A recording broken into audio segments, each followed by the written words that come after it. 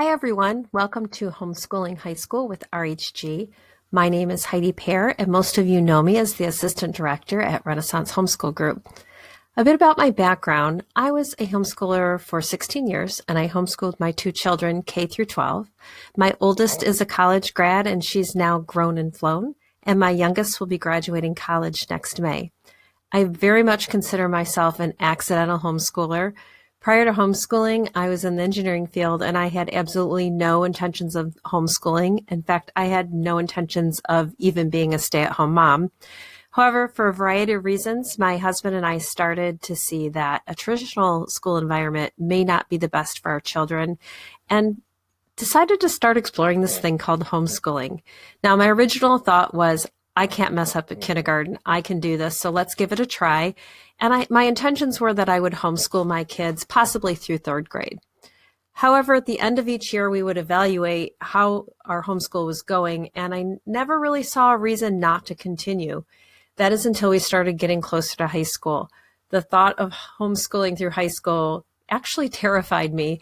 Unlike kindergarten, I was worried that I would totally mess it up and I would cause my children to miss out on some great opportunity. So I started to do a lot of research when my oldest first entered middle school.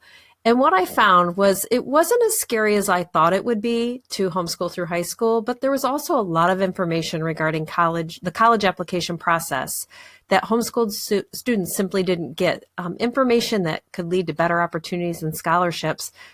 But they didn't get the information because they weren't part of the traditional information chain in a traditional school with guidance counselors. So as a result, I started offering workshops to homeschoolers, and I also joined some local professional organizations. So I wanted to keep track of the current trends and information on what colleges wanted to see from all students, and particularly how that applied to homeschool students. This workshop is a condensed version of my most popular workshop, The Basics of Homeschooling High School. That particular workshop is in a small group environment with an opportunity to work on your students' high school plan during the workshop. It also goes more in depth, covering topics such as dual enrollment, AP, and transcript creation. If this workshop or others may interest you, I can add you to my email list where I'll share when new workshops are scheduled and also general college admissions information. I promise I do not bombard anyone's inbox, but if you are interested in being added or you would like to inquire about private consulting, you can email me at heidipear@gmail.com. An overview of what we'll be focusing on today is why homeschool through high school and planning in general for homeschooling through high school. Then we'll go more into homeschooling through high school using RHG as one of your main resources. Next, we'll consider some non-academic considerations to homeschooling through high school. And lastly, we'll do a quick overview on transcripts and record keeping. Why homeschool through high school? Whenever someone heard that I homeschooled my kids, after the big socialization question, soon to follow would usually be, you aren't going to go do that through high school, are you? And while it does seem a bit intimidating at first, homeschooling through high school has a lot of overall benefits to your student. I have two very different children with opposite strengths and weaknesses, but homeschooling through high school served both of them well. One of the main reasons that homeschooling through high school served both of my children so well is that I could provide them an individualized education, which is especially important during the high school years. This is a time where a student is exploring their calling. It's a time to challenge them in their developed strengths and shore up any weaknesses before they move on to adulthood, whether that the next step is college or if it's something else. And lastly, many homeschoolers start really narrowing down their interests during this time, and homeschooling really allowed me to cater to those interests in a way that was best for my student. Let me give you a couple of examples when it comes to exploring interests and callings. My oldest had a very early interest in writing, and she never lost that interest all through her schooling. During her elementary and middle school years, she had a focus on creative writing, and she honestly had quite a talent for it. And for many years, she told me that she wanted to be a novelist. Now, as a mom, I worried a little bit about the practicality of that, but I didn't want to discourage her. And during her 9th grade year, I enrolled her in a novel writing class, thinking it would be a great opportunity for some structure and to give her a way to self-publish. Guess what? Halfway through, she decided novel writing was not for her. It wasn't the result I expected, but I was thankful she figured that out in 9th grade rather than sophomore year of college.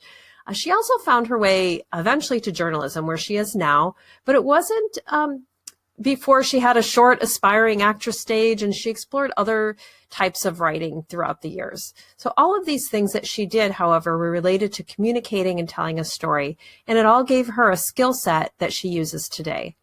My son, on the other hand, didn't have a clear direction. When younger, he said he wanted to be an engineer until he hit more complicated math and decided maybe that wasn't for him. His later interests ranged anywhere from being a vet to a youth minister, and he explored all of those options. In the end, he landed in media production. I find it a little bit ironic that my two very different children ended up in a similar field, but they also ended up in that field in completely different areas. So where my daughter is writing and communicating in a very public manner, my son enjoys working on a vision behind the scenes, creating and editing. When I first decided to homeschool, it was mainly for academic reasons, and that continued to be a focus throughout. However, academics aren't the only consideration when homeschooling through high school.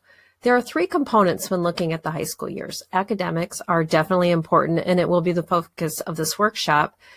Not only can you individualize academics and tailor to your student, as we already discussed, but you can also do so at your student's own pace, whether that is faster or slower than in a traditional school. My son ended up taking Algebra 1 twice because I wanted to make sure that he had a solid foundation before moving on to higher math, and we could easily do that with homeschooling. On the other hand, my daughter ended up stretching physics out over the course of 2 years, and she did this simply because she was more interested in other subjects. I don't think we would be able to do either of those in a traditional environment. Two other areas, which I'll talk a little bit about at the end, are extracurricular activities and life skills. Extracurricular activities are those things your student does above and beyond what's required for graduation. With the more flexible schedule homeschooling provides, students have more opportunity to explore interests outside of the classroom. I also wanted to note that the more competitive colleges will take a very close look at extracurricular activities. It's a way to differentiate your student from other applicants. In addition, high school is a time to develop important life skills needed for college, employment, or general adulting, and your planning should include this area as well. I suggest that you map out an academic plan before your student is actually in high school. In fact, it's good to start thinking about a high school plan when they're in middle school, simply because your student may need to take certain coursework to prepare during middle school for intended high school courses. As with any planning, you really should start with the end goal and work your way backward. So your students' high school coursework should be guided with what they would like to do after high school. If your student is college bound, they should be taking courses that will prepare them for the rigor of college. You don't want them to start college in remedial courses that are not credit bearing toward their degree. Not only is this very discouraging for the student, it's also very costly. Coursework can vary between college-bound students as well. For example, a student wanting to go in a STEM field will need a much stronger math and science background than a student going into a humanities field, for example. So it's good to have a good idea of where your student leans and make sure that they have appropriate coursework. I would like to mention a few things to those who have students who plan to go directly into the workforce and say they do not want to attend college. Too many times I will hear a parent say their student doesn't need a particular course because they're not college bound. A couple points to make here. One, your student may decide to go to college at some point after graduation, and you want to make sure that they are prepared for that. And secondly, if your student actually never attends college, then their formal education will be stopping at your homeschool, which is all the more reason to provide them with as well-rounded and challenging education as you can. So I would advise you to set your student up for success and challenge them to take courses at the highest level that they are able to take them. Now, I realize that not all students know what their end goal is. Some have a very strong direction, but many simply don't at age 14. And as I said, this is a time for exploration. However, by the time your student is a teen, you probably have a pretty good idea of their strengths and weaknesses. You may not know where they will end up, but you probably also have a decent idea of where they won't. So when planning, make sure that you cover all your bases and plan broadly enough that they could go into a number of directions. The next step in planning is to determine what courses are required for graduation, starting with your state requirements. State requirements are not homeschool requirements. As a homeschool parent, you can determine what your student needs to graduate in your homeschool. However, keep in mind that not that every non-homeschooled student graduating in Michigan will have met these requirements. So while you do not have to follow them, I highly recommend that you do. You can find these requirements by Googling Michigan Merit Curriculum, and I've also provided the link for you. In Michigan, high school graduates are required to have a minimum of 16 credits. This does not mean that you should graduate your student as soon as they have completed all 16 credits. This is just the minimum standard. Remember, our goal here is to have a well-rounded and quality education, not just check the boxes. Credits can be earned in a variety of ways, not just a traditional textbook at home. Some students are very motivated and can master subjects as a self-taught, or you may opt to outsource through an in-person or online course. And you may do a variety of these things depending on your student. Don't exclude alternative methods or pacing though. Credits are about what is learned, not necessarily the method, and hands-on experience or summer programs can also be used for credits. So I have two examples of this with my own students. My daughter had enjoyed science early on, and she ended up taking some high school level science in middle school. My original intention was to have her take more advanced science in high school, but as I explained earlier, she became extremely focused on her writing, and she ended up taking 2 years doing physics. When I was putting together her transcript, I realized that while she met all of the basic high school requirements of taking biology, chemistry, and physics, and she had actually earned 5 high school credits total, only 2 of these were accomplished during the high school years, and I didn't really feel that that was ideal. However, she had been learning science in other ways. During high school, she attended 2 week-long residential science programs on a college campus, and those programs consisted strictly of lab work, and each one had the option of earning 1 college credit at the end of the program. She also attended a Saturday high school program at Lawrence Tech, where the students did lab experiments in the college lab. And when I looked at the time and learning involved in these activities, I decided I could reasonably give her 1 high school credit for them combined, and I ended up calling it lab intensive. I did detail in my course description all that was involved for that particular course, but she had learned the material. You can also combine more than 1 activity. So my son had taken an American history course, and while it was labeled high school level, I felt that it didn't really meet my standards, and I didn't feel exactly comfortable giving him full credit. What I ended up doing in that case is I combined that course with another course that was on the lighter side, covering different topics, but together I felt that they did equal 1 full history credit. This slide is just a summary of all the required courses on the Michigan Merit Curriculum document I showed previously. A couple of highlights. In Michigan, students who have covered 2 years of foreign language in middle school technically meet the high school foreign language requirement.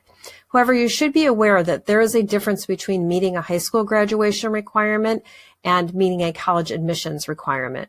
While not all, many colleges will require a student to have 2 years of foreign language in high school in order to meet their application requirements, and some even recommend 4. So that is something you should be considering when you're looking at what foreign language classes your student will be taking. You will also see the requirements for science, art, chemistry, or physics. If you have a college-bound student, I do recommend that they take both chemistry and physics. Not all physics classes require a high level of math. Some are only algebra-based, so don't let that be a deterrent to your student.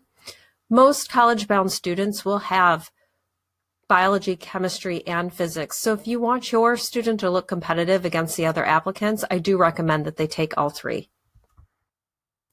When developing your student's 4-year academic plan, I have 2 rules per se. First of all, plan in pencil. Things change.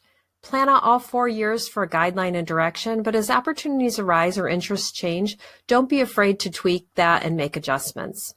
Also, just as the end goal is useful in the big picture, it also applies when selecting coursework. A couple of areas where this is particularly important is math and science. These subjects build upon each other, and it isn't something you can cram in at the end of high school. If you have a student who is likely to go into a STEM field, they really should have completed math through high school calculus prior to going to college. Given that, 8th grade would be the ideal time to start algebra in order to achieve that. When looking at science, not having mastered certain math concepts could hold your student back in the next level of science. For example, High school level chemistry class will require a mastery of algebra. Your student may have done well in biology as a ninth grader, but if they haven't also mastered algebra that year, they won't be able to move to chemistry or physics the following year. The same applies for foreign language. Obviously, you can't cram in 4 years of foreign language learning into 1 year, senior year. If possible, I recommend your student take a foreign language in ninth grade, even if you only plan for them to complete 2 years, just to have some flexibility. I had originally planned for my son to take Spanish, and I was hoping for 4 years and maybe at least taking a dual enrolled language class prior to graduating. However, after he had taken Spanish for 2 years and he didn't really get past Spanish 1, we realized it wasn't a great choice for him. We ended up switching to American Sign Language for his remaining 2 years of high school, which is a much better fit. But we wouldn't have had time for this if we had waited until later to start a foreign language. My last piece of advice is never close or lock doors. Interests change, whether that is in an academic area or plans post-high school. Don't lock on or rule out a particular path. Let your students take the lead and plan for broad study if that is what's needed. Give your student the permission to explore, even if it is in an area that isn't your choice. This applies to colleges as well. I do want to note that I often hear parents and students lock on to the idea of their child attending the University of Michigan without actually exploring the requirements or the average statistics of admitted students. While U of M is a public university, it has a very competitive admissions process. Make sure your student understands no college is guaranteed.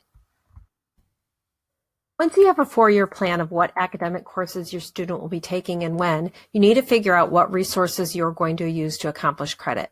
As I mentioned earlier, there are a variety of ways and resources to do this. Next, we'll be focusing on how to use RHG for earning high school credits in your homeschool.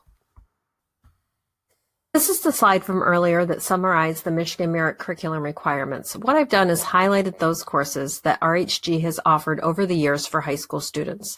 Now, math is an area where you'll need to either purchase a curriculum for home or take a class elsewhere. However, while we currently don't offer a full math curriculum, we have offered elective math courses such as finance and SAT prep. We do offer American Sign Language during the middle school years for foreign language. It is possible that a high school level may be offered at some point, but that is another area where you will need to seek an alternative method. But as you can see, RHG can be used as a primary resource to meet most of the requirements throughout the high school years. Next, I would like to go over what courses we are offering this coming school year. If you see a day noted next to the class, it means that the course is offered only on that particular day. Otherwise, the course is available both Wednesday and Friday. For science, we have several choices next year: foundations, biology, chemistry, anatomy, and neuroscience. Both biology and chemistry are 2-hour courses and include a lab. Because the content of both of these courses is too core to be considered elective, they're not available for OVA funding, are only offered as self-pay. However, the lab portion of the course can be funded. Therefore, your student will have 2 hours on their schedule, but self-pay only for the lecture. I wanted to explain briefly about our foundations class for those of you who are unfamiliar. First of all, if your student has taken middle school foundations, the high school course covers different material. In foundations, students will learn critical science concepts such as following the scientific method, writing a lab report, using charts, tables, and graphs, and reading a scientific paper. This course was created by one of our science teachers after seeing students in her classroom with fundamental gaps, holding them back in the area of science. It was so successful that, in fact, after initial year, another science teacher commented to administration that several students in her class seemed to be much better prepared for the curriculum than others, and she wanted to know their background. And after looking into it, it was discovered that it was the cohort of students who had previously taken foundations. I highly recommend your student take foundations, as these skills could be applied to all sciences that they'll have in the future. It can also be taken alongside another science course, but if you do this, plan wisely so as to not overload your student and make sure they have a balanced schedule. In the area of language arts, we are offering British literature, short stories, writing, essay, and research, and journalism. If your student does not have the foundation in writing an essay, I highly recommend you consider our year-long essay and research class. Regardless of what field your student is going into, they will need to effectively write. As I may have shared earlier, one of my students was a struggling writer, and my focus throughout high school for him was to be able to graduate with the ability to write a clear and grammatically correct 5-paragraph essay. Now, this is a skill that will be needed no matter what the career is, and he has needed it in nearly all of his college courses. Our literature and journalism classes are semester-long classes. Students can choose to take one or both semesters, as each will be a little different. In the journalism class, students will be producing a monthly newsletter, but they will also learn how to write various types of articles. If you notice on the Michigan requirements, it specifies 4 English credits. This does not mean you have to call your classes English 9, English 10, English 11, and English 12. In fact, your students' transcripts will look much more interesting with a variety of course titles, and all of these courses fall under the language arts category. My humanities leaning student had a variety of courses in this category, including Shakespeare literature, novel writing, and journalism classes, in addition to the basic composition courses.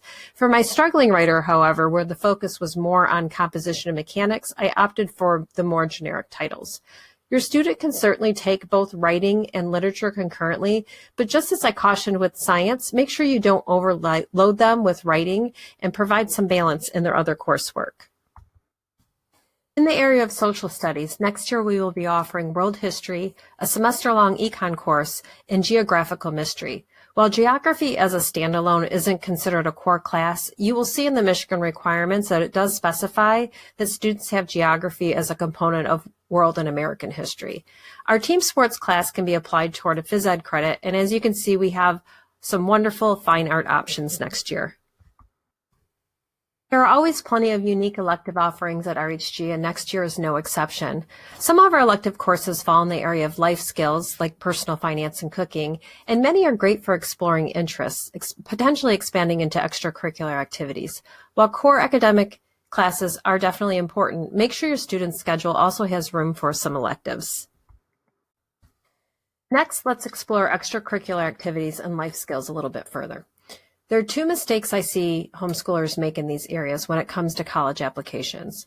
One is homeschoolers tend to want to give credit on the transcript for everything their student does, when really these sorts of activities can be better highlighted as an extracurricular activity on a college application. Secondly, homeschoolers tend to think of extracurricular as school clubs rather than activities outside of graduation requirements. Extracurricular activities can be anything from a team sport to a job to a hobby your student has explored above and beyond. Colleges would much rather see a hardworking student who has a part-time job while keeping up grades than a student who joined the Spanish club and didn't really participate beyond joining. Also, don't assume extracurricular activities need to be offered by an outside organization. For community service, both of my kids acquired volunteer hours by working with our church's youth ministry. Your student can also organize their own clubs with other homeschoolers with a like interest, which additionally shows leadership. Classes at RHG like theater, yearbook, or leadership could certainly fall into the extracurricular category. Just make sure that you don't include time spent on activities both as credit on the transcript and an extracurricular. If your student has invested enough time, you could possibly give credit and count it as an extracurricular, however. For example, both of my students took karate, which I counted as their phys ed credit. However, beyond the classroom and instruction, they also competed in tournaments and taught younger students, which fell into the extracurricular activity. When my kids were younger, I never thought much about life skills as being a big advantage to homeschooling through high school. Typically, we think parenting during the teenage years when your student is fighting for independence as not being something exactly positive. Frankly, parenting teens is hard, but being a teen is also hard, and teens are trying to navigate some pretty hefty things during this time.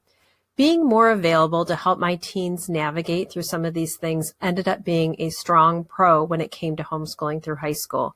And even though your teens may not show you outward appreciation, being on the other side of it, I can tell you that even the most gruff and grumpy teens truly do appreciate having an available parent. There are also many opportunities at RHG to develop some of these soft skills. We already discussed some of our courses that might apply, but there are also many skills that are developed by participating in RHG classes in general. We expect our students to arrive on time and have an attitude that being in class and learning is a privilege. It's a structured environment with caring teachers and accountability outside mom or dad. I didn't want to end without touching a little bit on transcripts and college planning. I won't go into too much depth, but I did want to cover some basic things to keep in mind as you begin the high school years. Each year I attend a conference for guidance counselors that invites admissions officers from highly selective and Ivy League colleges. I always ask them, what do you want to see from homeschoolers applying to your institution? Of course, not every student will be attending a highly selective college, I understand that, but I use their answer as a gauge for what concerns colleges have about homeschoolers in general, including less selective schools. Usually the very first thing that comes out of their mouth is something like, I would want to see that the student had learned in a classroom. What they're really asking is the common, what about socialization? Yes, the myth is still a concern, even today as homeschoolers are becoming more mainstream. In-person classes help put colleges at ease, so it's good to have at least a few classes outside of the home on the transcript as a validation. Colleges want to make sure that your student is academically prepared for their classes and will look at rigor of coursework, but many also want to see how your student will contribute to campus. This is where things like extracurricular activities and leadership roles come into play. I do want to mention standardized test scores. Unfortunately, many schools are numbers driven, meaning they're going to look very closely at ACT and SAT scores. These scores are also very important when it comes to scholarships, so make sure your student properly prepares. It doesn't matter if your student takes the ACT or the SAT. All colleges equally take both. You can have your student take practice tests at home and see if they lean toward one test or the other. They're very different in their approach. Both my students preferred the ACT. And then if they do have a preference, make sure that you just focus on that one exam. There's no reason for them to take both. For practice, make sure that you get the book directly from the College Board or ACT, as they contain actual retired tests for practice. I recommend taking either test as early as the end of 10th grade. This gives your student a baseline of weak areas and where they need to prepare more. Then shoot for a solid score by the end of 11th grade. Because students will be applying to colleges the fall of senior year, they then won't need to worry about testing if they have a solid score, while they will still have time to improve their score in the fall if needed.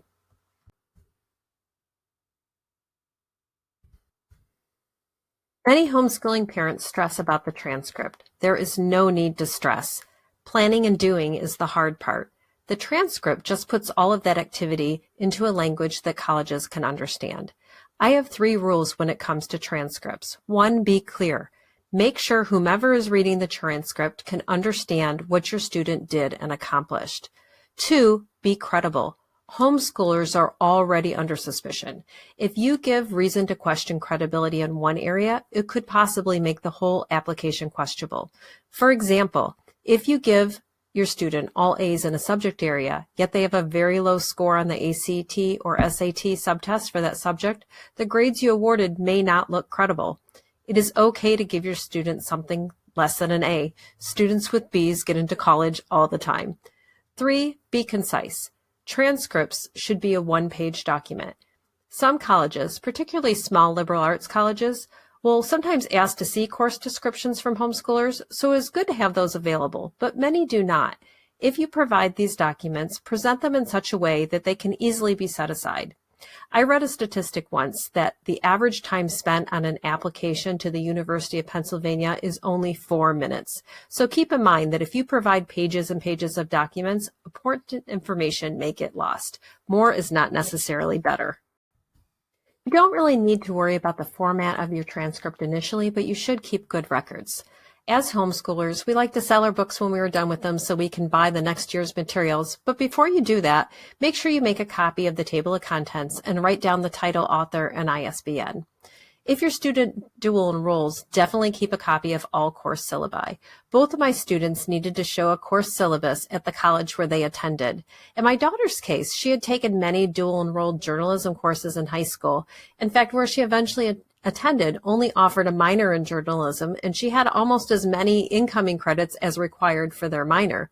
And while she was looking forward to new and additional journalism courses, she really didn't see a need to take their equivalent of Journalism 101 and asked the director if she could skip this required course. The first response was, "We've never done that before." And when she explained her position, he then asked to see a few of the course syllabi from her previous courses. Because I had saved them, she was able to present them and was eventually granted permission to skip the course. Now, this may not seem like a big deal. It was just one course. However, this course was offered only to sophomores in their spring year as a prerequisite to all of the other journalism courses. So instead, she was able to take the higher level course and essentially move forward a year in the program just by skipping that one class. My son had a similar situation where he needed to show some of the course syllabi, and by doing so, he was also granted credit for coursework for his major. Now, some of these items may not seem like something you would need, but it's a good idea to keep track as you go. For example, I never kept a book list, only to find out that one of the colleges wanted to see a book list covering all 4 years of high school. It was a bit difficult to create after the fact. And that leads me to my best record keeping tip.